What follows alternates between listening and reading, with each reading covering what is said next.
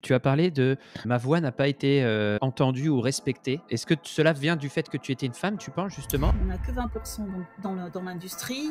On a une femme CEO dans le spatial et dans la BITD, l'industrie de défense. On a toujours aussi peu de jeunes femmes dans les écoles d'ingénieurs. Donc 30 ans après, en fait, on a beau faire, on a beau dire, mais il ne s'est rien passé. Et ce nouvel arrivant, là, SpaceX, on n'y croit pas. Souvent, on dit « Ah, mais oui, mais bon, voilà, Elon Musk, il a surtout eu des contrats de la NASA. » Ok, il a quand même mis 3 lanceurs au tapis, 3 premiers Falcon, sur ses fonds propres, avant d'avoir le premier contrat de la NASA. Et oui, bien évidemment, maintenant, il a voilà, tous les contrats de la NASA pratiquement, parce qu'il arrive à être le meilleur sur tous les segments, hein, finalement. On voit un petit peu ce qui se passe aux États-Unis. Est-ce que en France, justement, c'est une bonne chose ou une mauvaise chose qu'on ait un peu tout le temps cette histoire de constellation de start-up qui se lancent? On sait qu'on a du mal à transformer l'essai, hein, en Europe, hein, de faire passer les start-up à l'échelle. Clairement, aux États-Unis, il y a 6 fois plus de moyens qu'en France et qu'en Europe même.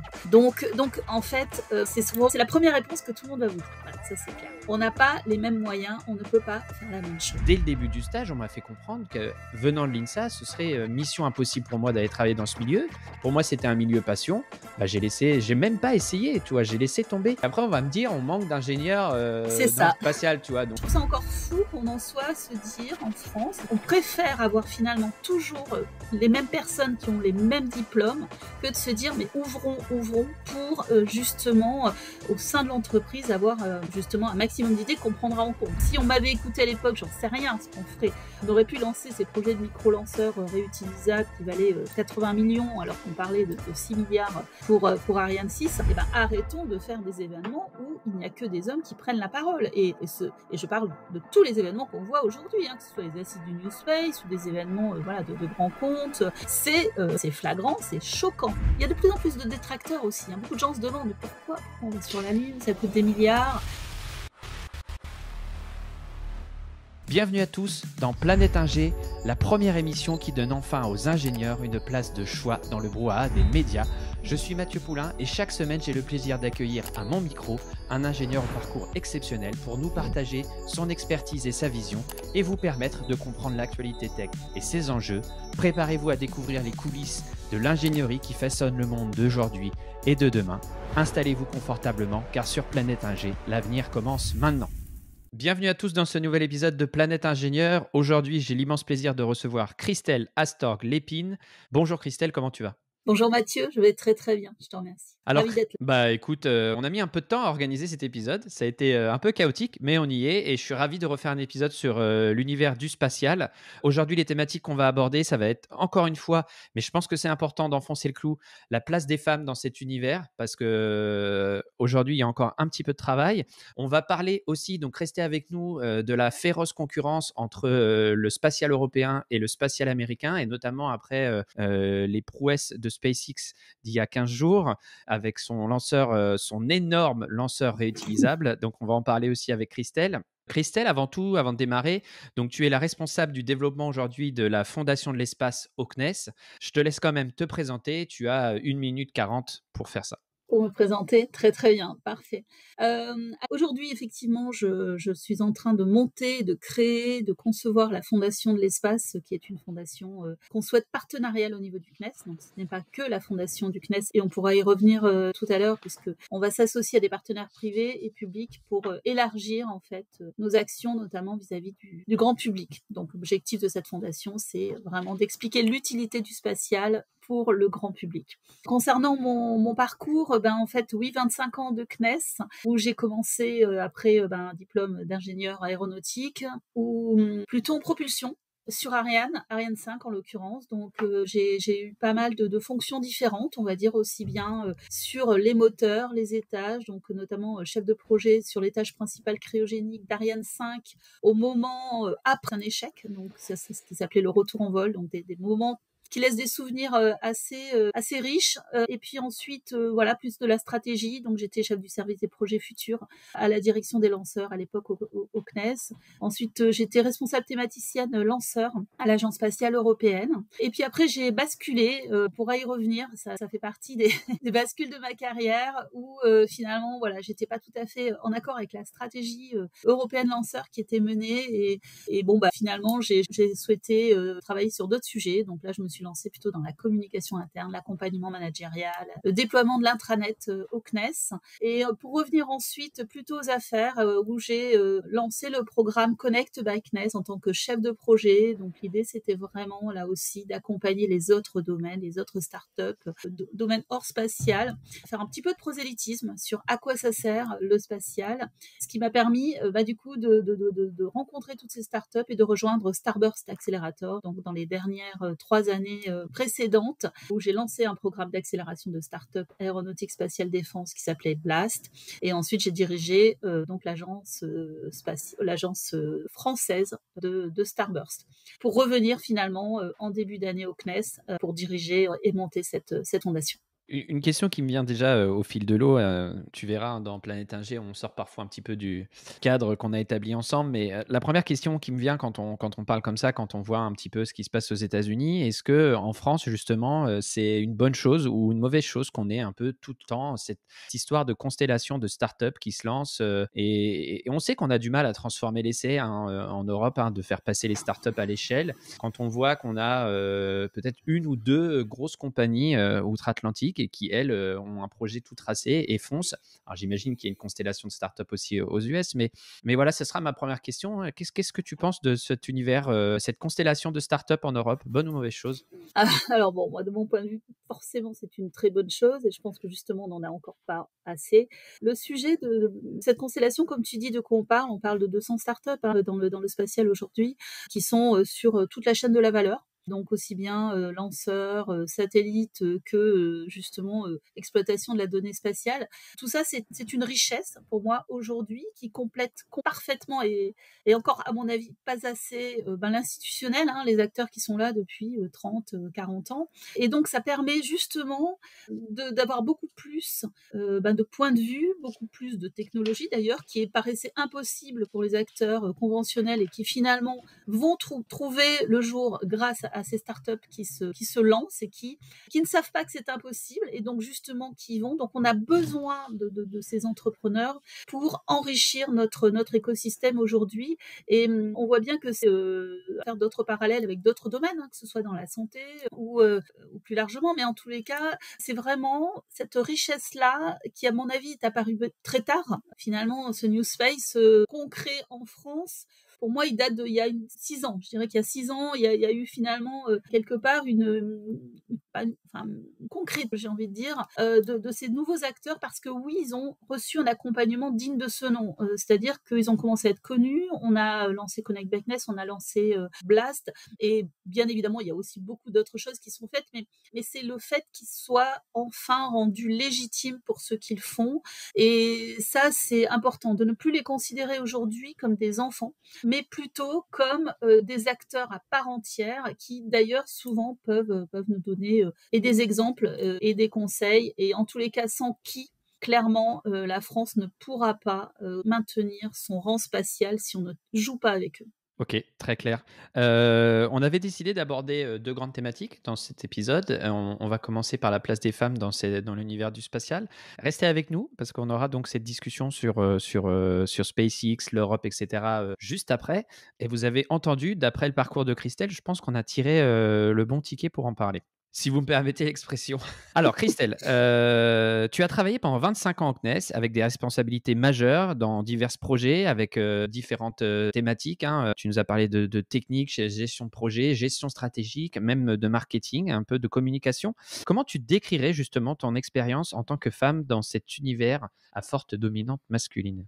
Alors, au début, moi au niveau des quotas qui d'ailleurs n'ont pas changé depuis 30 ans et c'est aussi le le sujet de on va dire de ma bataille d'aujourd'hui. Donc effectivement, moi j'ai naturellement été, attirée par les maths et la physique, c'est là où j'étais bonne et puis par le spatial donc je dirais que c'était assez naturel, de rejoindre une école où à l'époque on était déjà que 10 à 15 donc je dirais c'est être une femme quand on est une jeune femme dans ces écoles et puis après quand on rentre dans la vie active, c'est plutôt agréable en fait. On est plutôt une mascotte, c'est enfin moi j'ai trouvé ça vraiment très, très bien, enfin beaucoup de respect, beaucoup de au contraire, on faisait vraiment partie de l'équipe à part entière. J'ai pas vu, en tous les cas au début de ma carrière, quoi que ce soit qui m'a alertée sur, le fameux écart homme-femme.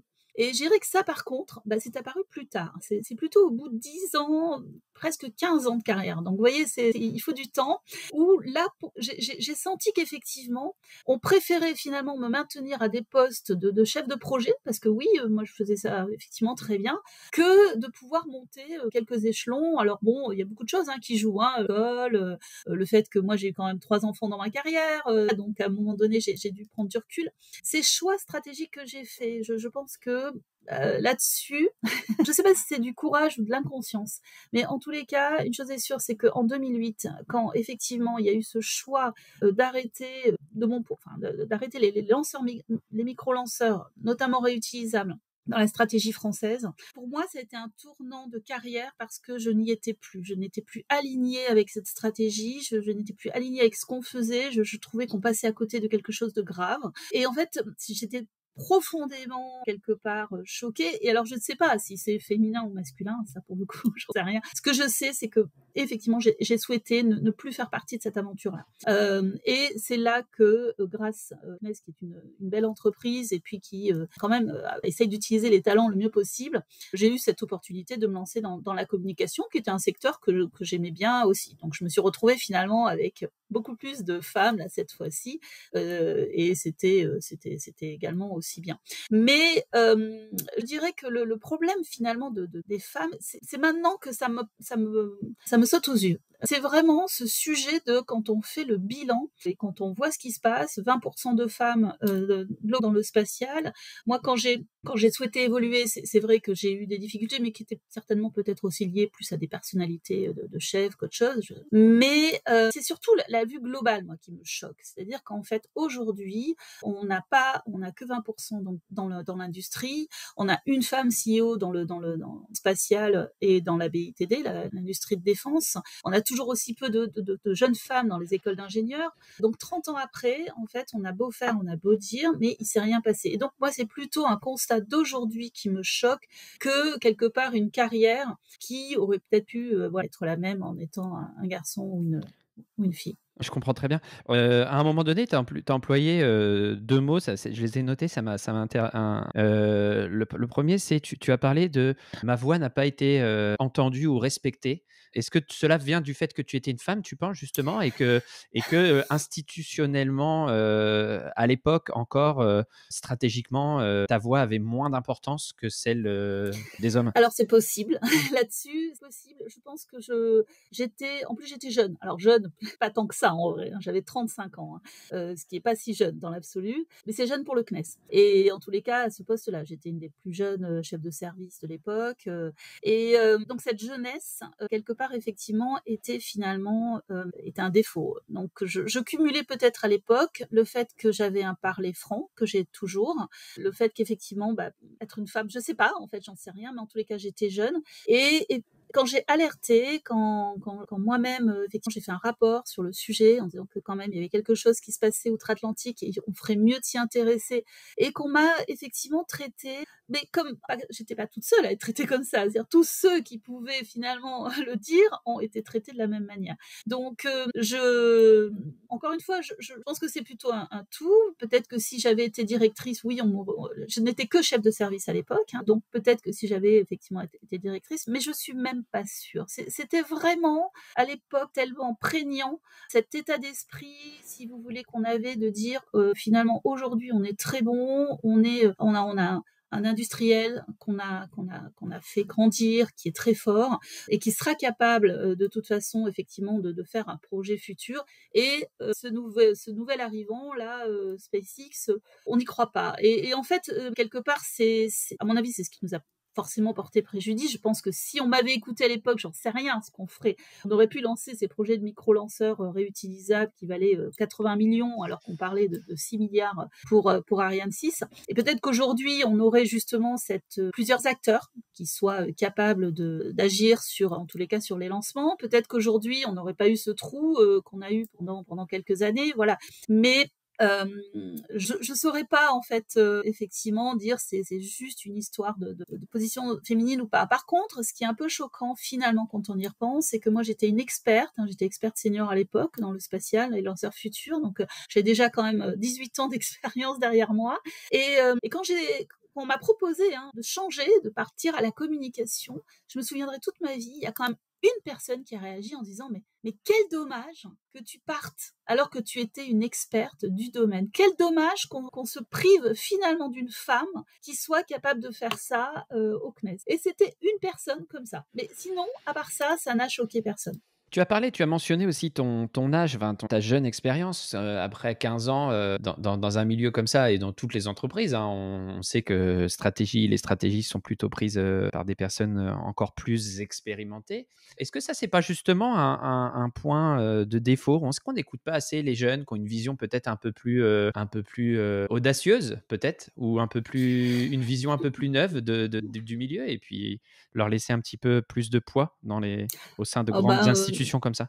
de mon point de vue, non seulement on les écoute pas, mais si vous voulez, il y a encore un sujet aujourd'hui qui est qu'on manque. Moi, je parle d'inclusion féminine, parce que c'est un sujet que je connais bien. Mais globalement, je pense qu'on pourrait parler d'inclusion totale. C'est-à-dire que on a dans notre industrie finalement une monochromité, si vous voulez, de parcours. Souvent, ce sont les mêmes diplômes, les mêmes, on va dire, les mêmes catégories de gens, les gens qui ont effectivement qui ont fait les mêmes parcours. Enfin, on a un manque de diversité absolue, si vous voulez, dans ce milieu, qui fait que je pense on se prive d'une richesse, oui, d'idées, peut-être des idées qui sont bonnes ou mauvaises, mais encore une fois, une idée mauvaise, bah, ça se teste et ça coûte pas cher à tester au début. Donc on a effectivement encore un peu, alors de moins en moins heureusement, mais un dédain, oui, clairement, sur un petit peu la jeunesse, un petit peu le diplôme, un petit peu, pourquoi pas le genre. Pas tout le monde, heureusement, ça serait très triste, mais effectivement, en tous les cas, je ne sais pas si c'est un dédain ou en tous les cas, on cherche pas forcément à avoir de la diversité. Et vous voyez, quand j'ai créé mon association Space Women Alliance, une jeune femme m'a donc contactée et m'a dit, bah voilà, moi j'ai fait les mines d'Albi, j'ai postulé dans tous les grands groupes et je n'ai même pas. Il m'a fallu beaucoup de difficultés pour avoir au moins un entretien dans ces grands groupes. Et alors que, pour un super-héros, pour les grandes écoles de catégorie A du secteur, c'est d'office. Parce que finalement, il y a une entraide par rapport à ces écoles-là, une sorte de caste quand même, on peut en parler. Et du coup, cette jeune femme, elle a trouvé du travail dans une start-up et je suis sûre qu'elle est, qu'elle est brillante, mais je trouve ça encore fou qu'on en soit à se dire en France, et c'est vraiment typique français, on préfère avoir finalement toujours les mêmes personnes qui ont les mêmes diplômes que de se dire mais ouvrons pour justement au sein de l'entreprise avoir justement un maximum d'idées qu'on prendra en compte, parce que si c'est effectivement pour pas les écouter, c'est un petit peu dommage. Alors c'est marrant parce que bon, je pense que du coup on va parler de Space Women Alliance dans très peu de temps. Juste avant, tu parles justement des écoles, mais on a toutes ces initiatives dans les écoles d'inclusion, de parité. Je pense que c'est un sujet, les gens sont pas plus bêtes que nous, hein. C'est un sujet que tout le monde connaît, la difficulté d'attirer les femmes dans les carrières scientifiques. Qu'est-ce que tu vois, toi, aujourd'hui, justement? Est-ce que tu te promènes un petit peu dans les écoles que tu as mentionnées? Et est-ce que tu vois un petit peu, justement, les choses s'améliorer ou les choses ne pas changer? Et pourquoi, du coup? Alors moi, oui, je donne régulièrement des cours, hein, que ce soit à l'ACA ou dans d'autres écoles. Non, ce que je vois, c'est que ça n'a pas évolué depuis 30 ans. Ce que je vois, c'est que le pourcentage est le même que moi quand je suis sortie de l'école. Donc c'est vraiment très très triste. Malgré ce qui est fait, tu as raison. Il y a de la recherche, mais c'est aussi pour ça qu'on a créé cette association. Les gens me disent mais on trouve pas. Il n'y a pas de jeunes femmes. Elles ne choisissent pas les matières scientifiques. Elles ne sont pas là.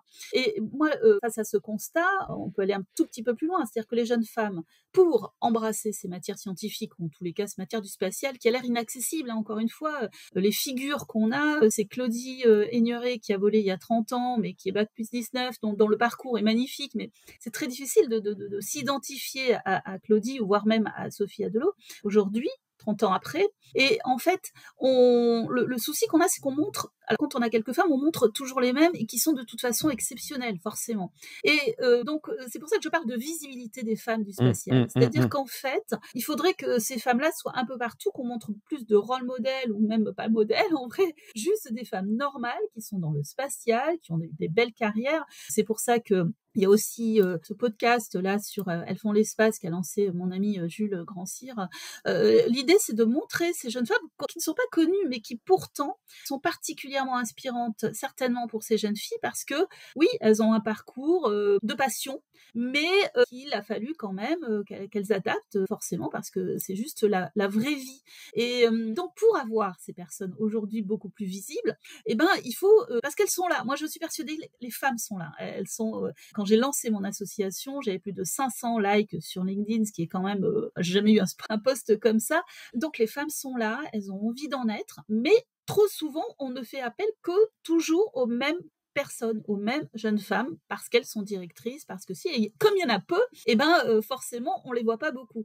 Donc là, l'objectif, c'est effectivement avec cette association de les rendre visibles, tout simplement, grâce à une marketplace où les entreprises qui cherchent des femmes, soit pour les embaucher, soit pour participer à des boards, soit pour faire des événements, parce que là-dessus, moi je m'insurge particulièrement. Si on veut les faire quelque chose tout de suite, très vite, très concret, eh ben arrêtons de faire des événements où il n'y a que des hommes qui prennent la parole. Et je parle de tous les événements qu'on voit aujourd'hui, hein, que ce soit les assises du New Space ou des événements voilà, de grands comptes. C'est flagrant, c'est choquant. Et moi, je ne veux plus être de ce côté-là de la porte. Voilà, c'est pas moi. Enfin, je ne veux plus avoir honte, en tous les cas, de réagir face à ça. Donc, effectivement, maintenant, je réagis en toute conscience en disant, là, je mets des hashtags NoWomen à chaque fois que ça me sort par les yeux sur LinkedIn, parce que j'estime que c'est pas nous qui devons avoir honte de réagir face à ça. La honte, c'est ceux qui organisent ce genre d'événements sans se dire, mais quand même. Alors, et quand on me dit il n'y en a pas, moi je sais qu'il y en a. Donc c'est pour ça que grâce à cette plateforme, on va pouvoir les avoir. Et voilà, j'espère que dans 6 mois, en tous les cas, ce sera beaucoup moins un sujet. Donc c'est très concret, si vous voulez. Il faut que ces femmes, elles soient visibles, il faut qu'elles puissent prendre la parole, il faut qu'on les aide pour ça. Parce qu'il y a aussi un sujet de, oui, une femme souvent, et encore malgré tout beaucoup, même si le monde a changé, il n'a pas tant que ça changé, elle est quand même chargée de famille, donc moins de disponibilité. Donc voilà, il faut aussi peut-être aider par rapport à ces disponibilités pour les événements, et faire en sorte que, rapidement, elles soient un peu plus visibles pour que dans 10 ou 15 ans, parce que c'est de ça dont on parle, les jeunes filles qui les verront un petit peu plus souvent pourront embrasser les matières scientifiques. Eh ben écoute, Christelle, c'est super. D'ailleurs, je sais pas si tu as remarqué, mais dans Planète Ingé, pour l'instant, dans le spatial, je pense qu'on est à 3 femmes contre un homme, hein, donc Ah, mais tu vois, bravo. je suis plutôt pas mal, hein, finalement. Ah oui, oui, oui. D'ailleurs, s'il y a Va falloir des hommes rééquilibrer. qui veulent s'insurger de ça, ils peuvent venir. Du coup, tu as mangé un petit peu la question suivante. C'était, je voulais te parler de Space Woman Alliance. Redis-nous ou explique-nous un peu plus en détail ce que tu as voulu faire, avec qui tu t'associes, concrètement, comment ça se passe. Et puis, c'est quoi les challenges que tu as face à toi? Alors, cette idée, en fait, juste pour remettre un peu dans le contexte, moi, je fais partie déjà de beaucoup d'associations de femmes, hein. Je suis dans Women in Aerospace, je suis également dans Marraine Elle Bouge. Donc, en fait, j'ai trouvé dans ces associations beaucoup de bonnes idées, mais rien de finalement très concret, à part de l'organisation finalement d'événements qui sont souvent très sympas, mais qui ne changent pas la donne. La preuve, c'est que finalement, on en est toujours au même point au bout de 10 ans que ces associations existent. Donc, je me suis dit quelle serait la solution. j'ai réfléchi avec des amis à cette solution de marketplace qui est très concret. Et donc, je me suis associée avec Claire Else, qui est la CEO de Space for Humanity. C'est une très belle ONG, promeut et se bat pour la durabilité dans le spatial. Donc ça, c'est également très intéressant. J'en suis aussi la vice-présidente de cette ONG. On s'est également associé avec 2 amis d'Eutelsat, donc Anna Maria et Pamela. Et finalement, toutes les 4, on a décidé de créer cette association qui a 2 buts très clairs. Le premier, c'est effectivement créer cette marketplace. Et donc, voilà, je commence déjà à travailler avec ce système qui pourrait nous mettre quelque chose à disposition, voir une start-upeuse qui fait une marketplace dans le spatial et qui pourrait très bien adapter ça pour des CV de femmes. Donc, je pense que ça va pouvoir aller assez vite. Mais surtout, l'idée de cette association, c'est un réseau, c'est-à-dire qu'on veut un réseau d'entraide, un réseau de conseils, de mentorat. L'objectif, c'est vraiment de créer cette alliance qui va tout ensemble réagir sur finalement cette aberration aujourd'hui qui est que ces femmes du spatial ne sont pas du tout assez visibles. Et donc, on pourra, grâce à ce réseau, effectivement, imaginer plein de choses. Mais déjà, voilà, s'entraider en toute bienveillance, parce que voilà, c'est aussi une des difficultés, c'est que les femmes entre elles, il n'y en a pas beaucoup, donc il peut y avoir aussi quelques batailles.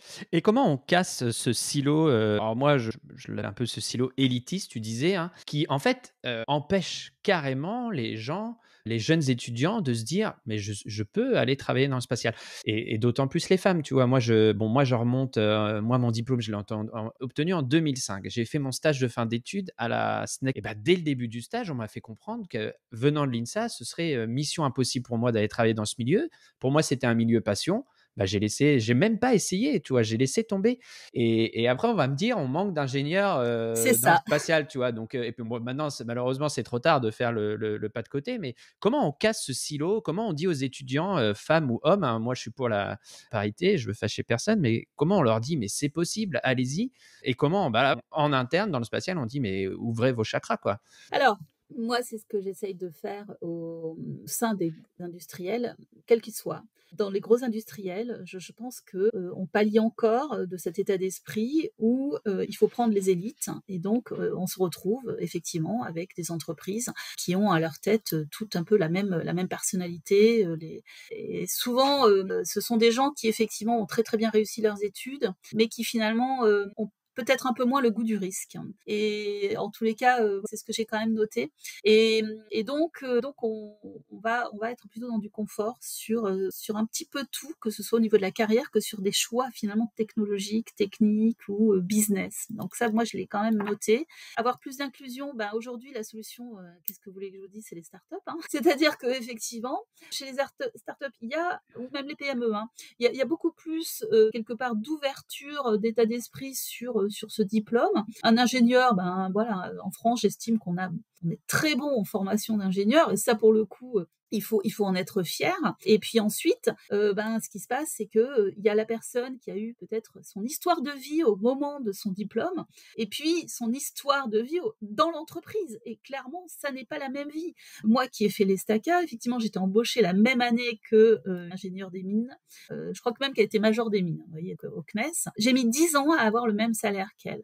Et voir, parce que à chaque fois j'ai changé, moi je me suis battue dans chacun de mes postes, et je pense qu'il a fallu effectivement tout ça pour qu'à un moment donné on reconnaisse cette valeur. Et encore, puisque malgré tout, j'ai senti un plafond de verre qui était, je pense, plus vis-à-vis de mon diplôme d'ailleurs que moi, mais bon, enfin. Et par contre, quand je suis allée chez Starburst, c'était pas le sujet, mais mon diplôme n'avait aucune importance. C'est-à-dire qu'en fait, moi, j'étais embauchée pour diriger ce programme Blast parce que j'avais vraiment une très bonne connaissance de l'institution, des startups et du spatial. Au bout de 2 ans, quand en parallèle de ce programme Blast, j'ai pu effectivement diriger Starburst parce que tout simplement j'ai beaucoup aidé sur le business model, et puis sur les nouvelles affaires. J'ai j'ai rentré des nouveaux comptes, enfin voilà, parce que naturellement, je me suis dévoilé une âme un petit peu de commerciale. Et ben, il n'y avait pas de sujet. J'ai été nommée directrice de France. C'est là, enfin voilà, ces opportunités aujourd'hui,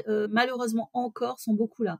Et si je devais avoir un conseil, demander mon avis vis-à-vis des grands groupes, moi je dirais, mais surtout ouvrez beaucoup plus aux différents diplômes, parce que ça vous permettra d'avoir une palette effectivement de richesses et surtout, à un moment donné, faut juger la personne pour ce qu'elle a donné, les résultats, quoi, les résultats. OK, c'est très clair.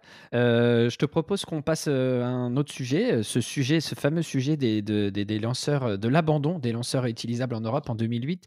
Donc tu nous l'as dit un petit peu tout à l'heure, on a un petit peu parlé, les travaux sur les micro-lanceurs en Europe ont été abandonnés, aux alentours de 2008 quand SpaceX a démontré ou a commencé à montrer ses capacités, de faire la même chose, avec sa fusée Falcon 9. Alors peut-être tu nous resitueras un petit peu le contexte au niveau du timing. Ce choix à l'époque avait été justifié pour des raisons, je ne sais même pas, tu peux nous dire, faisabilité économique, Stratégie. stratégique, et cetera. Aujourd'hui, on est en 2024, on voit que la capacité, la fréquence de mise en orbite de SpaceX est proprement hallucinante par rapport à l'Europe.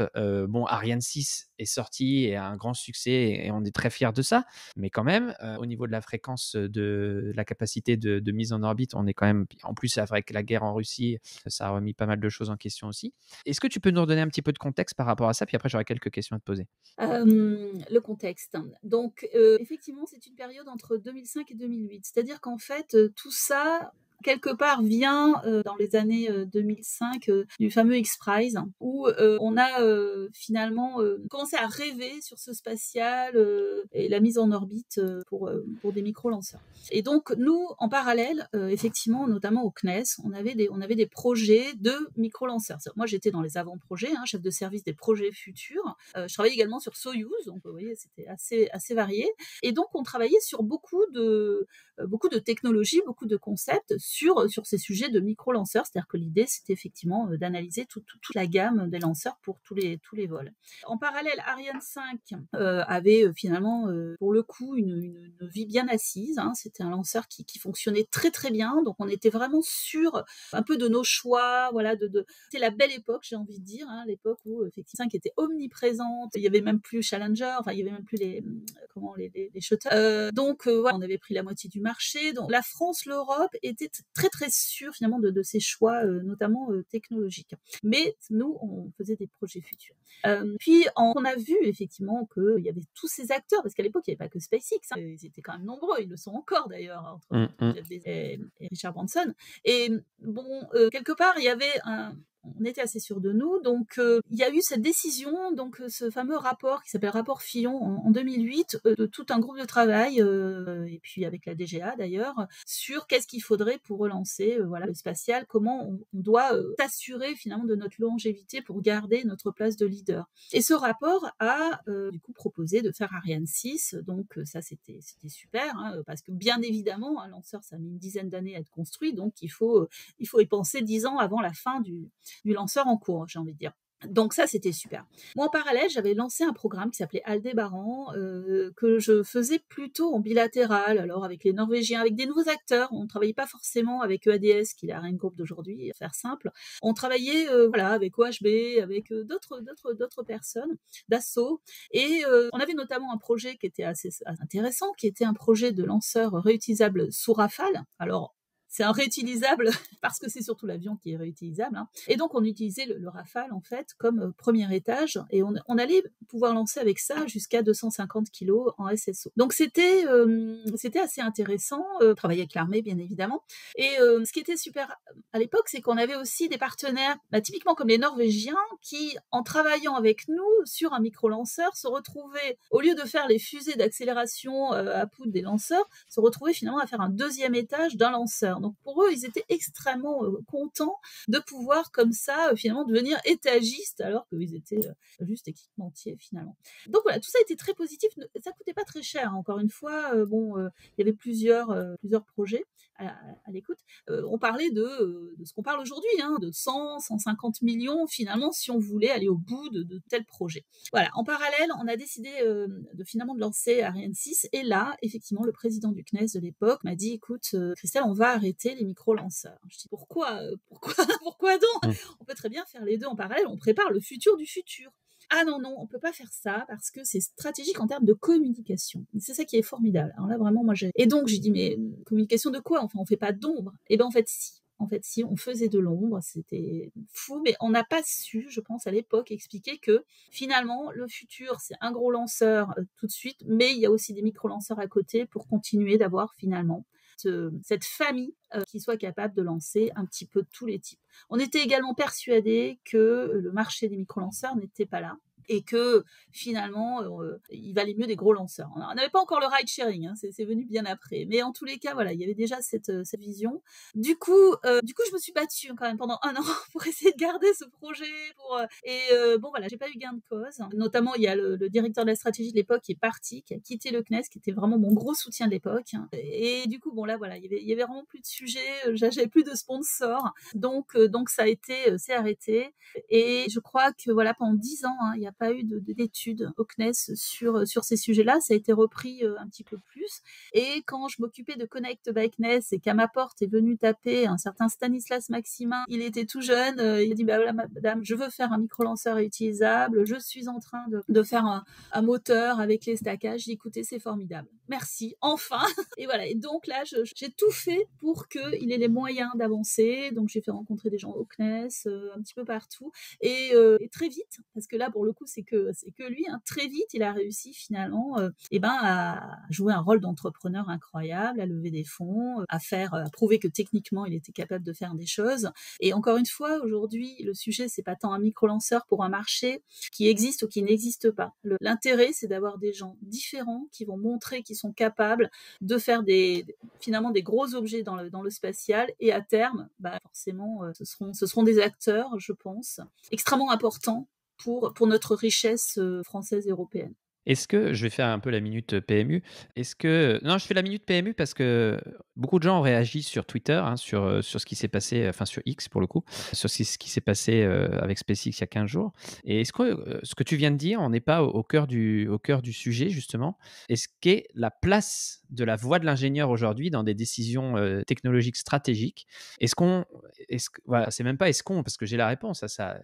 Les ingénieurs, la science, on n'est plus trop écoutés. Et est-ce que ces grands européens industriels sont pas un peu trustés par la technocratie politique? Voilà.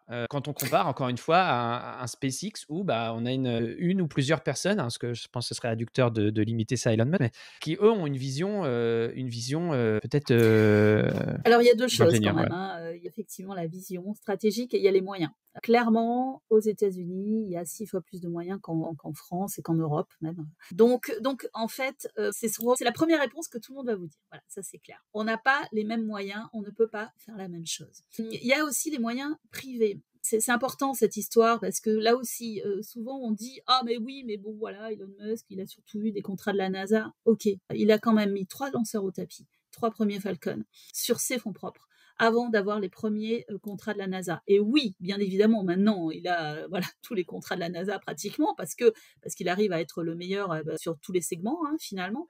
Ce qui est très intelligent dans ce qu'il fait aujourd'hui, c'est qu'il s'intéresse à toute la chaîne de valeur. Hein, c'est-à-dire que vraiment, lui, il veut aller sur Mars, mais il est quand même en train de nous faire un Starlink pour surtout rendre la Terre complètement communicante. Donc, et c'est cette chaîne-là qui est intéressante parce que quand les lanceurs sont pas rentables, c'est peut-être Starlink qui va l'être ou vice-versa. Donc aujourd'hui, c'est plutôt les lanceurs qui sont rentables et pas Starlink, mais demain, je suis sûre que ce sera le contraire. Donc, c'est effectivement cette vision stratégique et surtout systémique. Et il faut avoir les moyens. Nous, le sujet, c'est qu'on ne s'est jamais autorisé finalement à voir grand. Je pense que le sujet est là. Alors, on a vu grand à une époque avec Ariane 5, on avait même, c'était censé être réutilisable avec Hermès et tout ça. Et puis, il y a eu des sujets effectivement politiques et finalement beaucoup de détraction par rapport à ces montants qui sont mis sur ces sujets-là. Et donc, aujourd'hui, moi, je pense que pour la France, en tous les cas, et pour l'Europe, il faut qu'on arrive à pousser notre richesse à nous. Je pense que notre richesse à nous, c'est beaucoup plus sur l'utilité et effectivement la donnée spatiale que ça. Mais on va avoir besoin de plusieurs choses. On va avoir besoin d'argent public et encore une fois de commande, mais de commande à la réussite. C'est pour ça que je trouve que ce qui a été fait récemment sur France 2030 vis-à-vis de Challenge, qui sont au service, c'est-à-dire qu'on achète des services. On arrête justement d'être un petit peu trop technocrate, de juste dire on voudrait tel objet qui soit telle forme, tel machin. Non, on veut un service. Et là, déjà, je pense qu'on est en train de grandir globalement vis-à-vis de notre posture, hein, que ce soit au niveau des agences, au niveau des ministères, sur on va faire confiance à l'industriel, grand ou petit. On va lui acheter, et s'il réussit, que s'il réussit, donc ça c'est autre chose, un service. Et c'est aussi ce qu'a très bien réussi à faire la DARPA avec les X-Prize. Moi j'aimerais lancer des X-Prize beaucoup plus partout, parce que ça je trouve que ça génère une richesse et une énergie qui est incroyable. Donc si on pouvait faire déjà un petit peu plus de choses comme ça. Et ce qui va nous manquer aussi, donc encore une fois, c'est l'argent. Je pense que l'argent privé aujourd'hui n'est pas encore assez présent en France. On a heureusement le gros fonds expansion qui vient de voir le jour. Ça a mis quand même 3 ans à être monté. Hein. Moi, je le connais très bien parce que j'ai beaucoup, on va dire, réfléchi à ses débuts avec une des cofondatrices qui est Sandra Boudimir. Elle, c'est pas facile de récolter 100 millions. Le fonds original, il devait être de 300 millions, voire de 500 millions, parce que c'est de ça qu'il faudrait, enfin dont on parle. Et en fait, il en faudrait beaucoup plus de ces fonds aujourd'hui. Et c'est ça qui nous manque en Europe. Et c'est pas un manque d'argent, parce que l'argent, il est là, on voit bien, on a des gens, on a des milliardaires en Europe. On manque d'investisseurs, là aussi, qui ont envie de ce spatial et qui ont envie de prendre des risques, et sur le long terme. Voilà. Donc, on a une rentabilité possible dans le spatial, mais plutôt à 10 ans.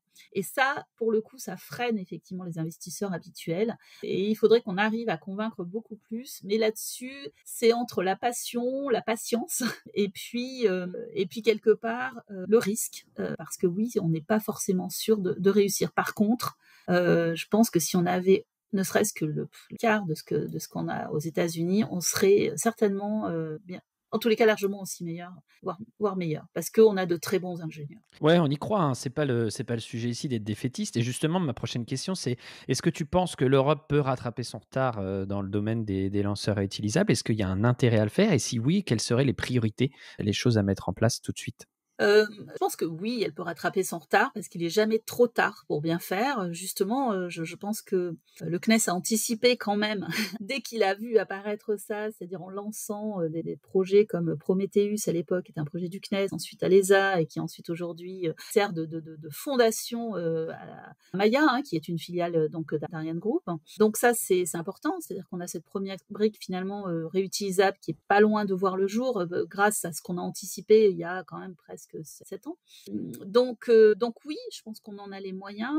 Il faut certainement qu'on fasse deux choses, hein, qu'on aille plus vite, et pour aller plus vite, faut qu'on se réinterroge sur nos manières de faire. Ça, c'est très, très clair. C'est ça qu'on peut voir. C'est de là que les grands groupes doivent apprendre des startups. Hein, et il faut arrêter de se dire que c'est pas possible ou qu'on a toujours fait comme ça. Et on a encore beaucoup de gens qui pensent comme ça, malheureusement. Enfin, moi, je trouve ça fou, mais il y en a beaucoup.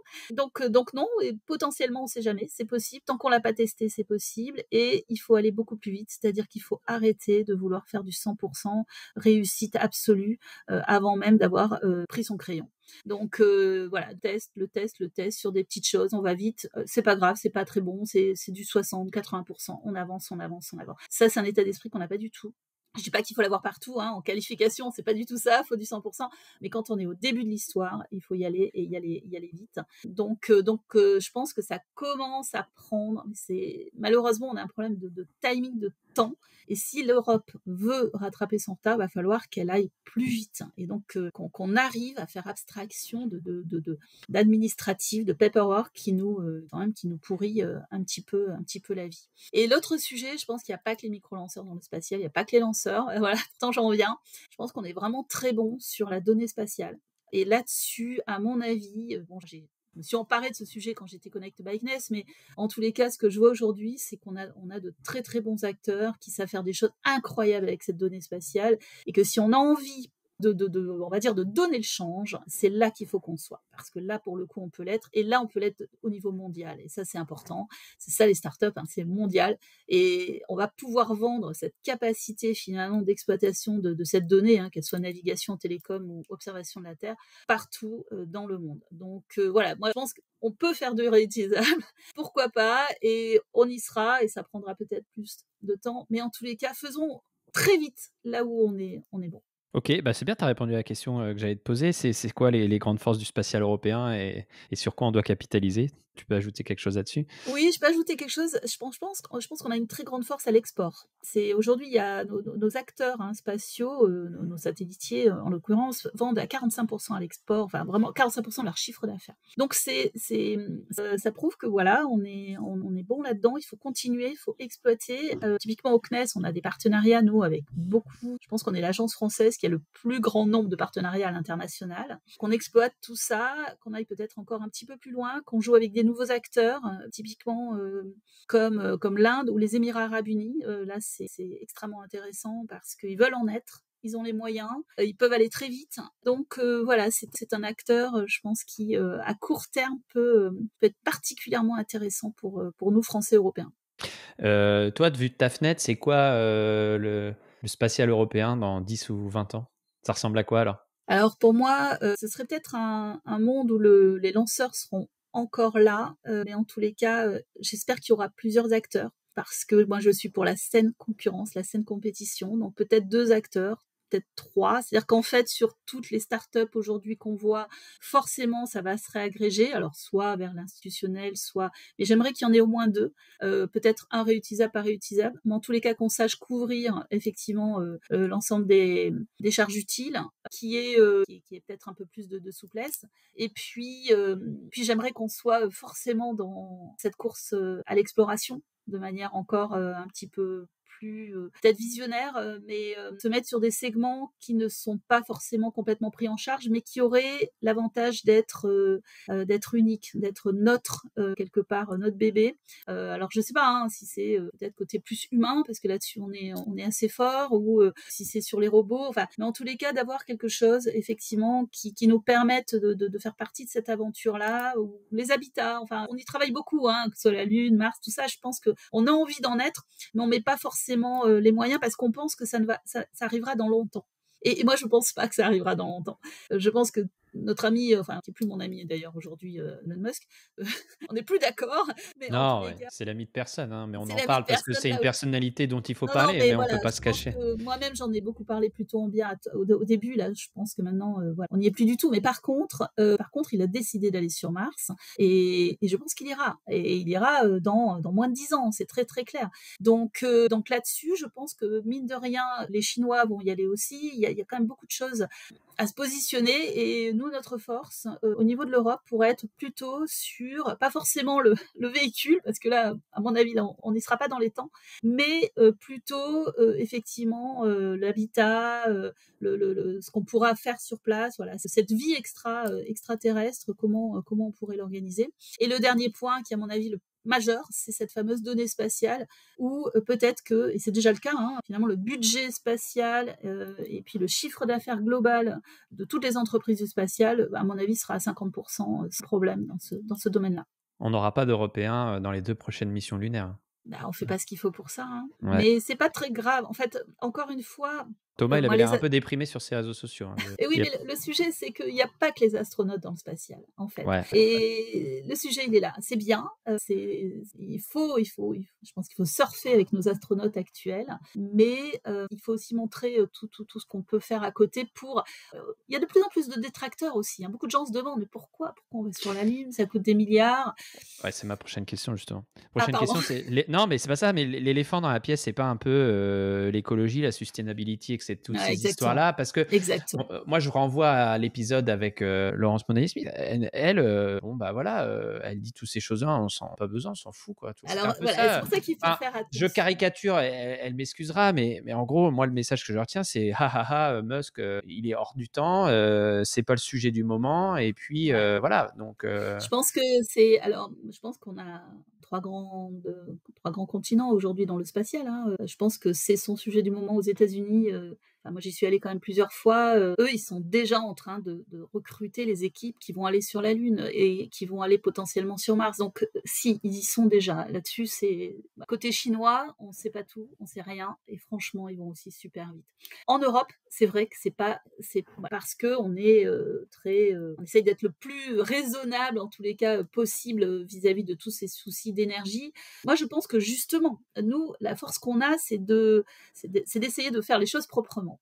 Typiquement, cette ONG Cosmos for Humanity, l'idée, c'est de travailler avec les acteurs du spatial, mais de calculer leur empreinte carbone, la durabilité, mais justement de montrer que on peut faire des lanceurs, on peut faire du spatial, tout en restant finalement assez conforme, on va dire, avec un engagement RSE. Voilà. Donc ça, c'est l'idée. Et je pense que justement, alors cette donnée spatiale va beaucoup aider. C'est-à-dire qu'en fait, pour moi, et c'est ça que je voudrais raconter au grand public, c'est comment la donnée spatiale pour avoir de la donnée spatiale, il faut envoyer des satellites. Voilà. Et il faut avoir des lanceurs. Donc une fois qu'on a dit ça, et peut-être que on va avoir aussi des retombées aussi sur l'exploration. Mais la première retombée, c'est la donnée spatiale. Cette donnée spatiale, elle peut être utile aujourd'hui pour le climat, elle l'est déjà, et elle peut surtout changer, en fait. Souvent, on nous a reproché dans le spatial de regarder, voilà, d'être juste témoin de ce qui se passe. Je pense qu'aujourd'hui, on est capable de faire beaucoup plus de prédictions que juste la météo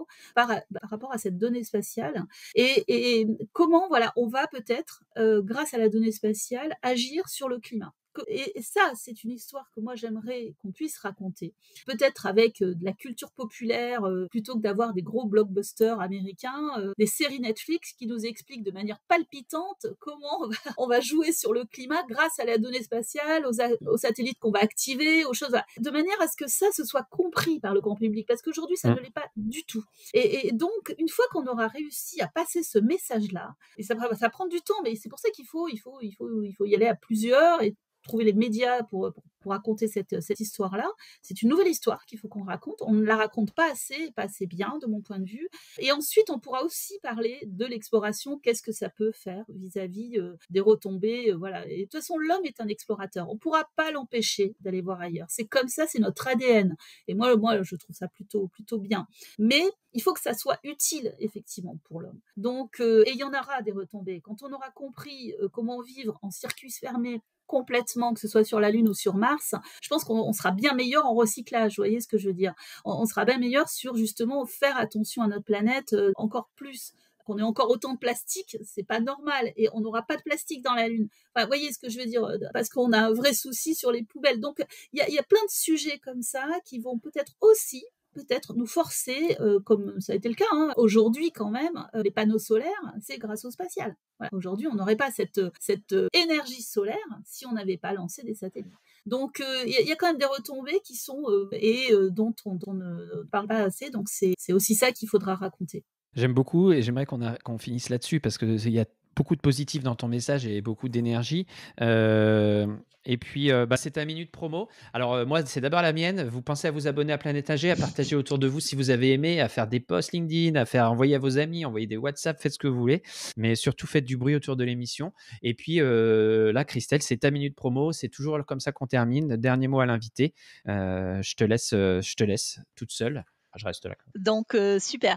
Merci beaucoup Mathieu, merci pour cet échange, c'était formidable. Je pense que ma minute promo, aujourd'hui ma minute, c'est pour mon association que je viens de créer qui s'appelle Space Women Alliance, qui a besoin de bonne volonté aussi bien masculine que féminine, et ça pour le coup j'insiste, c'est-à-dire qu'effectivement moi je veux de l'inclusion, je veux pas qu'un réseau de femmes, je veux aujourd'hui beaucoup d'hommes qui puissent dire la même chose, et j'en rencontre de plus en plus. C'est pour ça que finalement c'est extrêmement agréable de créer ce genre de projet, parce que d'abord on sent qu'il y a un besoin, et la deuxième chose c'est que en plus effectivement on est soutenu par pas mal de monde. Donc voilà, je vais pouvoir poster tout ça sur LinkedIn, je pense que vous pourrez retrouver mon profil également, et n'hésitez pas du coup dès que ce sera ouvert à pouvoir vous adhérer. Si vous avez une entreprise, que vous cherchez des femmes dans le spatial, on sera là, et juste voilà, pour nous soutenir, ce sera formidable.